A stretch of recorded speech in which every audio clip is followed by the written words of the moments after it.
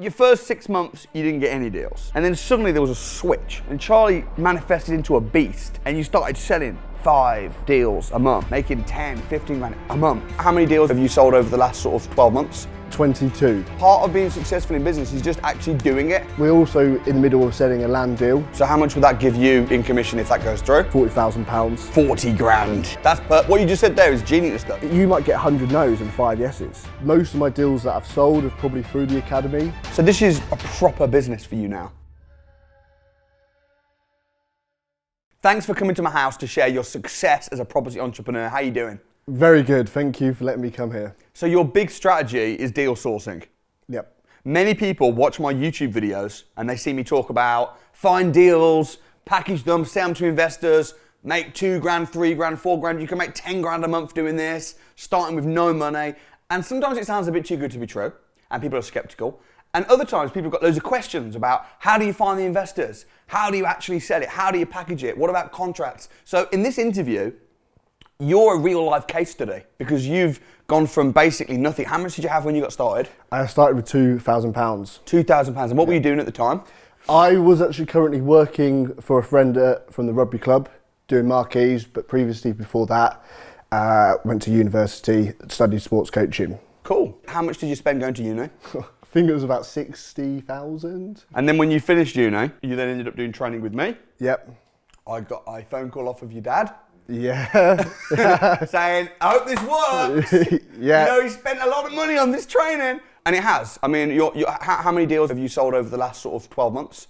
22. 22 deals? Yeah. So on average, that's a couple of months. It took me about 6 months to actually get into it properly. Sure. Once I've got my feet on the ground, definitely building relationships with agents, landlords, and then obviously the network. How many are you selling now?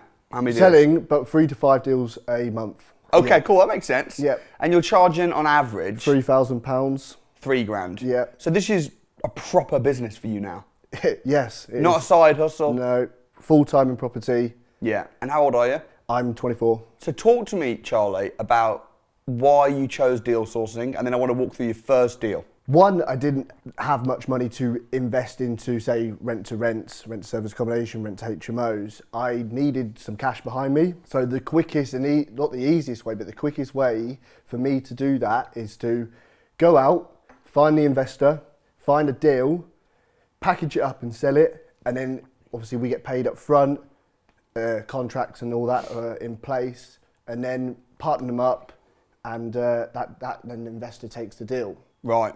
And you're charging about 3 grand. Yeah. So, I mean, on average, we sort of say if you're selling a deal, like I know you've sort of a wide range of different types of deals, but if you're selling like a BRR, for example, buy, refurbish, refinance, or just a buy to let, about 2% of the purchase price. Yeah, I sort of go by if you're able to, on a BRR, especially if you're able to pull your money out after the remortgage, probably sell that between £4,000 and £5,000. Yeah. We're also in the middle of selling a land deal. Great. And that's normally about 2%. So how much would that give you in commission if that goes through? That goes through, that'd be £40,000. 40 grand. Yes. In one deal. And then that's split between 3 people who's involved. Yeah. So, but still, it's a good piece of the cake, isn't it? Yeah, it's like 12, 13 grand. Yeah. Where are you finding the investors? Who are buying all these deals? Well, this is it actually. And the academy does help you with this. I mean, most of my deals that I've sold are probably through the academy. But if it's not, I go to networking events. So let's say you go to a networking event. Yep. Let's say you're a business networking international meet, and everyone gets an opportunity to stand up and give like a quick snapshot, quick 20 seconds as to what their business is. There's rich people in the room, and anyone can go to these meetings. This is the thing. People say, oh, how do I find investors? Go online and just search property events, business networking events. And book on. Yeah. You can go for £20, £30, have a dinner, have a breakfast, and now you've got an opportunity to stand up in front of 30, 40, 50 people who are all business professionals, who are all investors, and you can pitch. I think part of being successful in business is just actually doing it. Oh, 100%. Taking action is massive. I mean, like you say, these networking events are £20, £20, £20, but realistically you could earn 3 grand off that. You might even meet agents there who will one day pass you properties every time something comes available, will give you that property if you gain a good relationship with that. Yeah. I mean, where our patch is, I go into the estate agents and just have a chat with them. Sit down, even if they've not got anything, I'll go in there and have a chat. Just because I guess it's just building that rapport. Let's say you're at an investors event though, like where there's a bunch of people and you stand up and say that. I'm a deal sourcer, selling 3 to 5 deals a week. I'm in this area. If you want to have a chat, come and let me know. And let's say you have, out of the 50 people, 10% come and want to speak to you. And 5 people come and say to you, oh, so what deals are you sourcing? That sounds interesting. Yep. How do you turn a bit of interest into someone prepared to actually pay you $3,000 for a deal? To be honest, I just find out what they want. Right. I wouldn't really talk about myself, I guess. I'd talk about what they want and what their needs are and where they're looking. Right. And then I'd probably just leave it like that, and then if we can get their number, right, then speak to them on a one-to-one basis. And what you just said there is genius though, because a lot of people would go to a networking event trying to sell a deal, whereas you're not hunting, you're farming. Yeah. When you go to a networking event, if you've got a deal and you're trying to sell it to somebody, then you're a hunter. Whereas a farmer will go to a networking event with nothing to sell. You go, you farm, and you say, hey, this is what I do. If you're interested, have a chat. People come and they're interested, and you, as you just said, ask them what they want, take their details, then go find it. 100%. Great. So how are you finding these deals? Let's say someone comes up to you and says, I'm looking for a below market value property, or I'm looking for an apartment block, or they tell you what they're looking for. How do you go find that? I guess when you're in your patch and you gain relationships, especially with agents. Agents is probably easiest to find because they're on the high street. Yeah. Find out what they've got, see if that property that the agent's got matched up with the investor. And if that's the case, then obviously try and get that deal secured, package it up and send it to that investor. Or a massive one that I've actually recently been getting is getting close to landlords. I mean, I've obviously on Open Rent, I've gained some good relationships on there. I've even spoke to them on the phone for about an hour at a time, just having a chat with them, seeing what they've got, talking about their current properties, and then it's word of mouth. One deal that I sold that was in central London, I didn't speak to her for about a month and then just gave her a call, seeing how she was, seeing if she's got anything else. She then gave my number to her landlord friend, and now I'm in contact with another landlord. What was your first deal that you sold? It was a buy-to-let actually in Kings Lynn. Right, I think I remember this. Do you? How much was it?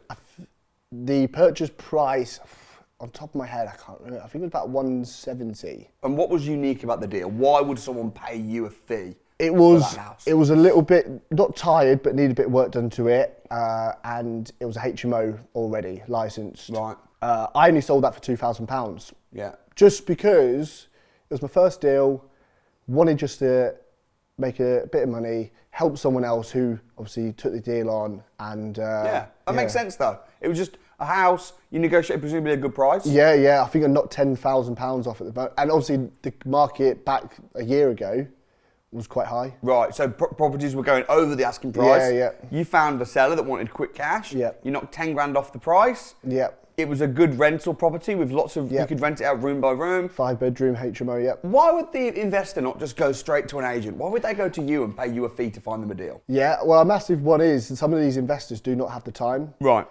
Some of them might be just business owners in other businesses, but looking to get into property as well, to put their money at work in property because they know property will go up, or if they want to invest into rents, they're getting more cash flow. Right. Yeah, so main one is probably and time. I guess from an investor's perspective, if they're working as a lawyer and they're making 100 grand a year, they've got money, they want to invest.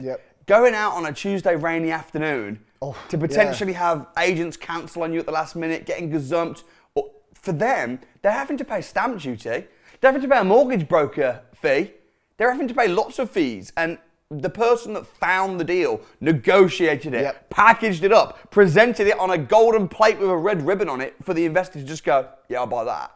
Is that not worth £3,000? I think it is. I generally think it is, just because the amount, I'm happy to jump on Zoom calls with investors as well to go through the deal to make sure. Because a massive one is people buy into people. Yeah. 100%. If someone jumps on a phone call with me, I'm a bit like, don't really know you, but this is why I jump on a Zoom call. And talk to them what they want, show them the deal if I have already got it secured, show the due diligence package, PowerPoint that I've got, and then they can see me, read me as a person, and I guess that's another way. Talking of you as a person, Yep. what gives you the right or the credibility Yep. to get paid £3,000, £4,000, £5,000 to find a property investment when you yourself are a young guy? How old did you say you were? 24. 24, young guy, 24, just finished uni. Yep. Never been a property investor, don't own your own portfolio. Why would someone pay you? I get why they'd pay £3,000-4,000, but why you? I think the main one is because, well, one, I've paid to get educated and got the knowledge. True, you're a professional. Exactly. And that, not everyone knows how to do the numbers on rent-to-rents, BRRs, stuff like that. And that's sort of worth it. And you running around doing dog work. Yeah. Some people just don't want to do that. Like it's, and I'll be honest, a lot of deals, you get more no's than yeses, 100%. Right. I mean, you might get 100 no's and 5 yeses. Like that's just reality. And when someone's constantly getting no's, some people might not like that. Probably don't have the discipline for it. Discipline's huge, obviously. Especially with rent-to-service accommodations and rent-to-rents, you've got to gain relationships with landlords and agents and know exactly what you're doing. Because there are a lot of people out there who do mess a lot of people around, who don't pay landlords, which is slightly annoying for the people who are doing it properly. And that's why we get no's. But you've got to stand out, make sure you've got credibility. Yeah. And it is hard hitting. Going out getting deals, whether it be rent-to-rents, whether it be buy, refurbish, refinance, flips, land, you're going out and you're putting offers forward, you're negotiating, and you are getting a lot of rejection. Oh, yeah. And as deal sourcers, we have learned and been trained as well how to not take it personally and just think, okay, next. But a lot of people, like an ordinary person in a normal job, they'd pick up the phone, they'd ring a landlord or they'd ring an agent and they'd get told, oh, that's a cheeky offer, go away. And that would ruin their week. Whereas we hear that every day. Oh, yeah. I mean, yesterday was quite a bad day, actually. 10 deals fell through. I mean, man. 10 deals. I mean, it's not the end of the world, obviously, because we just keep moving forwards. That must have been like a block of apartments or something. Yeah, it was. Yeah, I was going to say, surely not 10 individual deals. No, that's a block of apartments. But still, it's disheartening. Yeah, it is. And it's not because of anything bad, it's just because I think the landlord just wanted tenants, that's it. Yeah. But you struggled a lot to begin with. I remember month after month having to deal with you on the mastermind. Oh, I haven't got a deal yet. It's closed. That's not happening. What's going on? And it took you quite a few months before you started actually seeing success. Oh yeah, 6 months I'd probably Did you want to quit? I mean, it came into mind, but no. Yeah. No, I don't like to quit, never. I think that's just where I've come from. I mean, I play a lot of very sporty, come from playing sport for many years. No, I don't like losing. Right. It's not in me. So you were determined to keep on going? Yeah, 100%. What changed, Charlie? Your first 6 months, you didn't get any deals. And you were on the academy, and you were having all the calls and the mentoring, the support, and then suddenly there was a switch. And Charlie manifested into a beast, and you started selling like 5 deals a month and making 10, 15 grand a month. Yeah. And in the last 6 months now or so, maybe 6, 7 months, you've been consistently winning every month. What changed? I tell you, so going back 6 months ago, probably about 8 months ago, I probably hit a brick wall in a way because I won't get myself out. And like I say, stay around the people who are in the game and ask them. One bit of advice I'd say, ask as many questions as possible to the people who's doing well. Right. Learn off that. And because I was just sat at home trying to make money, trying to make this work, I weren't in the environment. Yeah. So I'd say I got myself back in the environment. Right. Going to more events, going to more networking events, asking more questions, and then showing people that I'm out here doing it. Yeah. And then it will just, It snowballs success, doesn't it? Snowball effect. Because when you get one deal, your first deal is your hardest. Oh, 100%. Not only have you done it once and it gives you the confidence and you have the know-how, but also when you go on the academy groups and you're like, hey, I've done this deal, and everyone's like, way, cheering you on. But now you kind of put yourself on the map. Yep. And then people are like, oh, could you find me a deal? Could you find me a deal? What percentage of your investors that have bought from you would you say You said most are on the academy. What would you say the percentage split is? Rough split. I'd probably say 70-30. Okay, so it's pretty high percentage. Yeah. Just because I came from that network, so I guess that's where I've made friends. Yeah. As well as investors. What would you say has been your biggest lesson over the last 12 months? I'd probably say get yourself out there and taking action, 100%, and having good discipline. Yeah. What do you mean by discipline? Like the amount of no's you get, don't just quit. Right. Just keep going. In the back of my head, I know this is going to work, and it is working, and I just got to keep going. What does your dad think about your success now? I mean, they're proud. Mum and Dad are proud. They know that. Mum said to me a couple of months ago, she said, to be honest, I thought you'd quit. Did she? Wow. Just because I think she probably would. Yeah. Because I mean, when you're making not really much in 6 months, it's a bit like, come on, what's going on? It is. And it is, but if you keep going, you'll get over that barrier. And I just said, look, this is going to work. This is it. I mean, they believed in me. They invested in me. Did they pay for the training? They paid a bit towards it. Oh, that's why I spoke to your dad. Yeah. Because I think you said to me, my dad's a bit worried, he's sceptical, he's invested in some of the training. Yeah. And I phoned him up, or he phoned me. You phoned him. I gave you his number. Yeah, and I phoned him, and I think I put his mind at rest a little bit. Maybe. No, I don't know. I remember just saying to him, look, Charlie's in good hands. We're going to take care of him. Yep. He's got all of the support. He's got unlimited mentoring. He's got this. Just to let you know, I think he's going to be successful. We wouldn't have had him on if we didn't think so. No. And he was just like, all right, thanks for the call. Yeah. So have you paid him back? Yep. You paid him back. Yep. That's good. Oh, and he's seen the money coming in. Yeah, he's seen the money. I mean, I'm quite secretive with them. I don't like to get too excited. Yeah. Because if I get too excited, I might mess things up. Yeah, and you want to think, you know what? Let me just save that money and buy some houses. Yeah. I know. Don't want to spend any of it. I want to reinvest it. 100%. Yeah, exactly. You're not going to go crazy. It's a business, isn't it? I haven't won loads of money and going to splash it up. But you've changed your thermostat. Oh, 100%. My mindset's different. Yeah. I talk about this money thermostat. What does that mean to you? Knowing how money works. Yeah. Knowing how to add value to gain money and then reinvest it. Yeah. So you're not trading your time for money. You're exchanging your value for money. Yeah. A lot of people I've bought deals off, even people on the academy, they'll find a deal and I'll be like, that's an amazing deal. How much do you want for it? And they're like, ooh. And they feel almost shy because they know that I kind of helped them find the deal. They were on a training program. It took them an hour. But I'm like, you don't get paid for your time. You get paid for your value. Oh, 100%. If I'm going to make 100 grand, I'm happy to give you 5 grand. At the beginning, when you obviously pulled them faces, it's like, is this real? Yeah. But you got to be confident in what you're saying.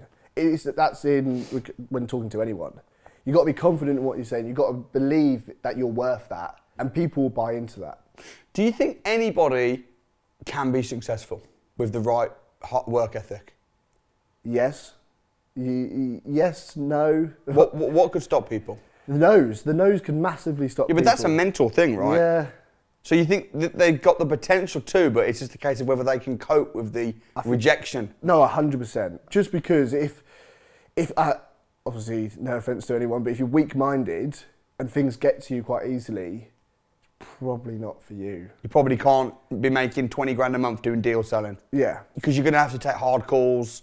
But do you not think you can learn how to do that? Do you not think but we gave you, the scripts to say and how to deal with it and the processes and the procedures and, trained you to expect the rejections. We trained you, go for no. Every time you get no, imagine that you're going to have to get 10 no's before you make 10 grand. So every time you get a no, you're thinking, well, that's one step closer. So I think, do you not think you can, maybe you don't, but maybe you can program yourself for success? Yeah, I guess so. I mean, obviously the script and everything, I remember looking at that and think, right, okay, that's sort of it, but you make it your own. You learn from that, and I guess once you've learned from that and you put it into your own script, I mean, script's good, but don't always go off the script. Yeah, you can't be reading it word for word. No. You've got to. It's like, I think it's like driving. You learn to drive, do this and this, but then you just become second nature, doesn't it? You've got to learn the scripts, but then just play with it and make it your own. Yeah, and just put it into conversation. Yeah.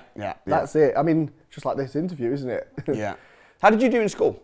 Got all C's, so all right, but I never really liked school, never really academic. Did you struggle? Yeah.